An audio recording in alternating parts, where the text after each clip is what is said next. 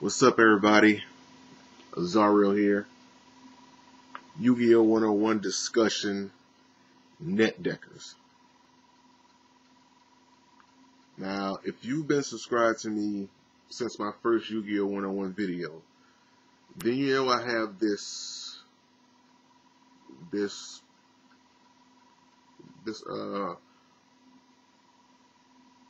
proverbial chip on my shoulder when it comes to NETDECKERS. Now, I know there's been other, people on YouTube, or, whatever they call themselves, the YuGiTubers or whatever. They've spoken on like NetDecks and the reason why they do what they do, and it's like it's not a bad thing and this, that, and the third. Here's the thing between me and those people.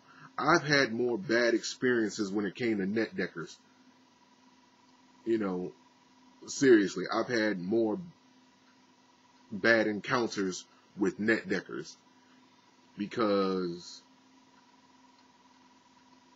these people try to act like they're so quote-unquote professional and they know so much when in reality they know so little about the game.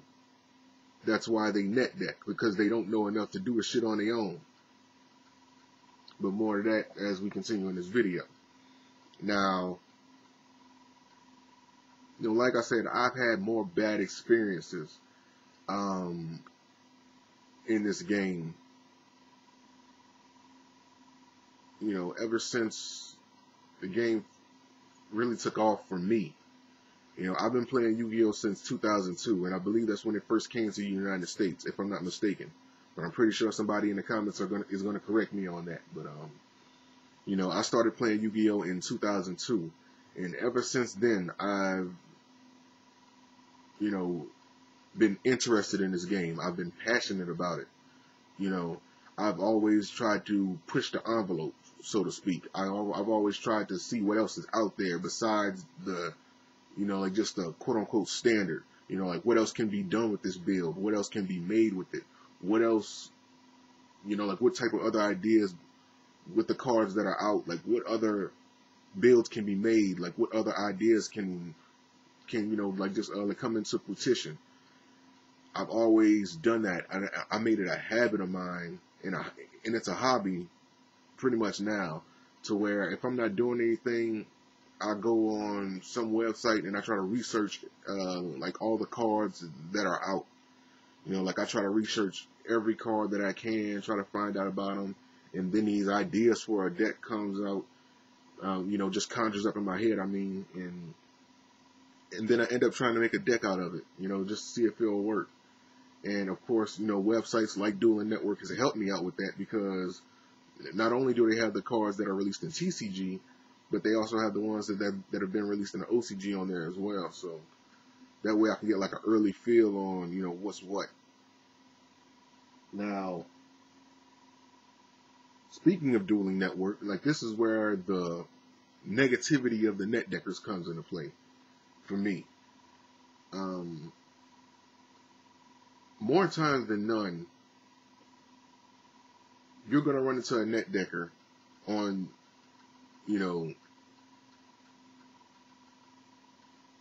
on websites like Dueling Networks, on Dueling Network, and even in person. Like, if you're one of those people that play at like locals and like nationals and all that, you're going to run into NETDECKERS on there as well. And they're always going to try to lend you some type of advice. Like when you don't play build in the typical way that a NETDECKER would play the build.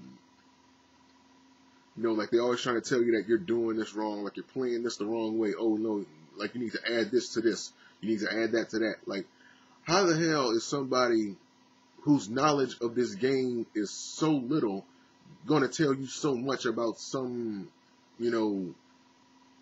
build that you have? And like I said, I've already said it at the beginning of this video. That's why they NetDeck, because they can't make a build on their own. Either one, they can't make a build on their own, or two, they're just lazy. In a couple instances where, just to prove my point, like last year, I did a video on the three types of people that you will find in Yu-Gi-Oh. Like you have the, hold on, let me see. I still got it written down in here.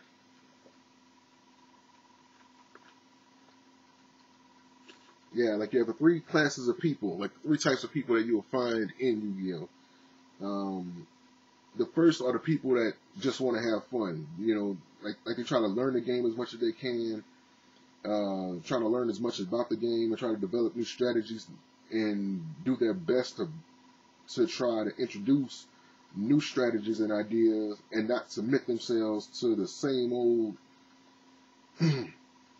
exact worn out strategies and abused strategies that you see over and over and over again, and they get, you know, like boring and repetitive, and you know, it's just over time, like it just becomes unattractive.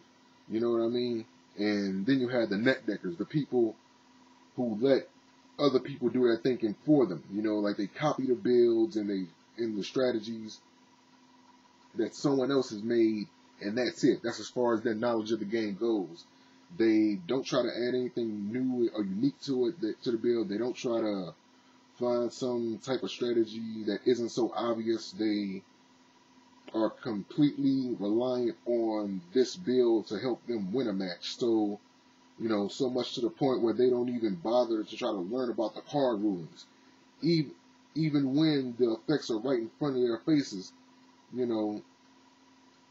And I told this story also in that video before, where I was on Yu-Gi-Oh, and this guy, he was playing something, but he ended up, what happened to that duel? I don't know, but it was like some time ago. But there was another duel on there that I remember, you know, where this guy, he had tried to, for some reason, like, I don't know if it was some type of card effect or something, but like he tried to skip his main phase 2, you know, like just skip it. And then the guy he was dueling, he said, dude, like you can't skip your main phase 2. He said, yes, I can. It's obligatory. I mean, like, how the fuck did, like, what? I know a lot of people that play Yu-Gi-Oh! Is like, what the fuck? How is skipping your main phase 2 obligatory? Like, it's mandatory. You gotta go in your main phase 2 after your battle phase. You know what I mean? Like you can't skip it without a card effect. You know, like because like dual terminal and shit like that. But you know, like he said, it's obligatory. And you know, people in the chat were, you know, telling him, dude, you can't skip your main phase 2. Like, how the fuck do you don't know this? Then, as these type of people do, like they try to establish themselves as some type of higher authority within that type of community. You know, like within that type of community. And this guy literally said that he was a judge for Konami. And by him thinking that, you know, just because you say, oh, you're a judge, that must mean you're right 100% of the time. And, you know, nobody, it's to question your oh so wide, broadened wisdom, you know, we all laughed at him. Because how the fuck are you a judge and you can't even get Yu-Gi-Oh! 2002 tutorial basics right? Like, how the fuck do you not know? Like, how the fuck did you become a judge when you don't even know that? You know what I mean? Like, who the fuck was the person that, you know, made you a judge? You know, because I would fire them. I mean, like, when you don't know the basic shit and you become a judge, I mean, whoo, man, like, you must know some people. But, yeah, it's ridiculous that these people, they got the nerve to brag and boast because, you know, like they can't get a win. So what do? They try to go find the most broken or imbalanced, you know, for a form of better words, build that they can find. You know, like they try to win a match, and then they try to pat themselves on the back like, "Yay! I know how to do a broken wind-up loop. I'm so pro." The fuck? Learn how to play the damn game. Stop relying on what other people do. You know what I'm saying? Stop relying on the way other people think to help you out. You know, and out of all the people, you know, you shouldn't be giving advice.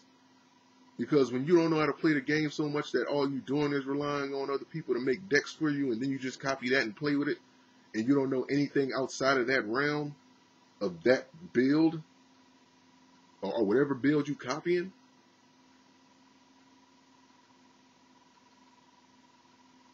in all honesty, you don't know how to play Yu-Gi-Oh! I'm going to say it. You don't know how to play Yu-Gi-Oh!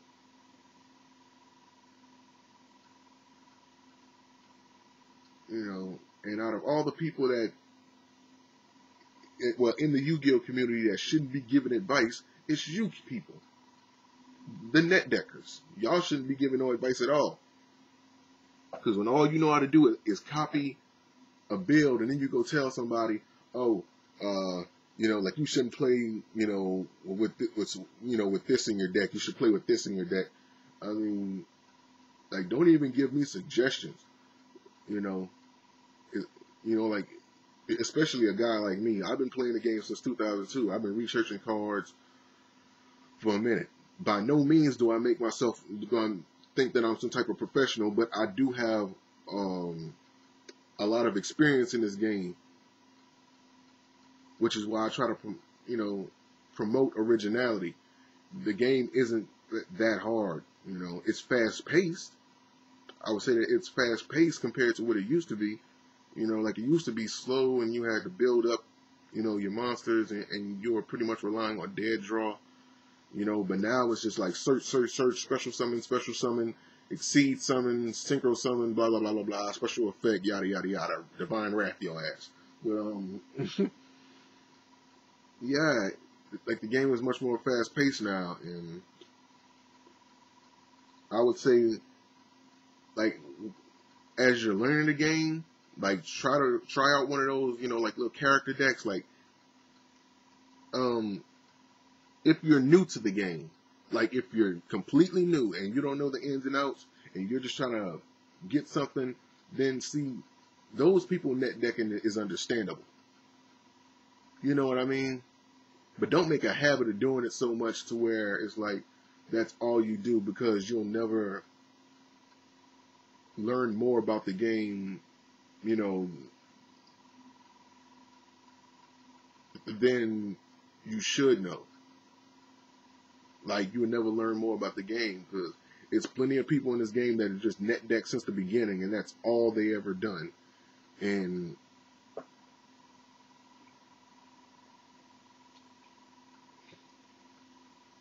that's it. You know, like, my only argument with net deckers is that they shouldn't be the ones to give advice on anything. You know, like, that's why I try to push originality so much.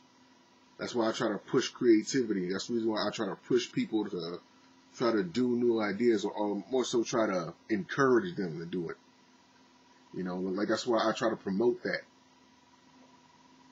Because as somebody who's seen the game from the beginning when it first hit the United States all the way up until now, like, the game has gotten lame.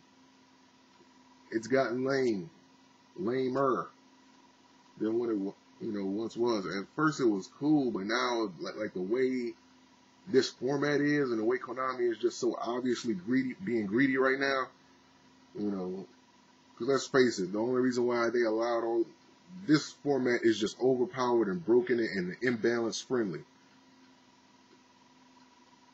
It's a cheap cash in. Konami wants to sell all these high priced cards, and, you know, this format until September just welcomes it.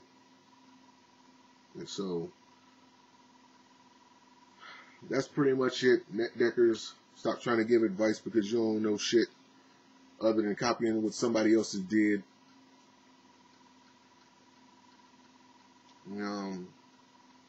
Yeah, that's pretty much my only rant. That's my only gripe there.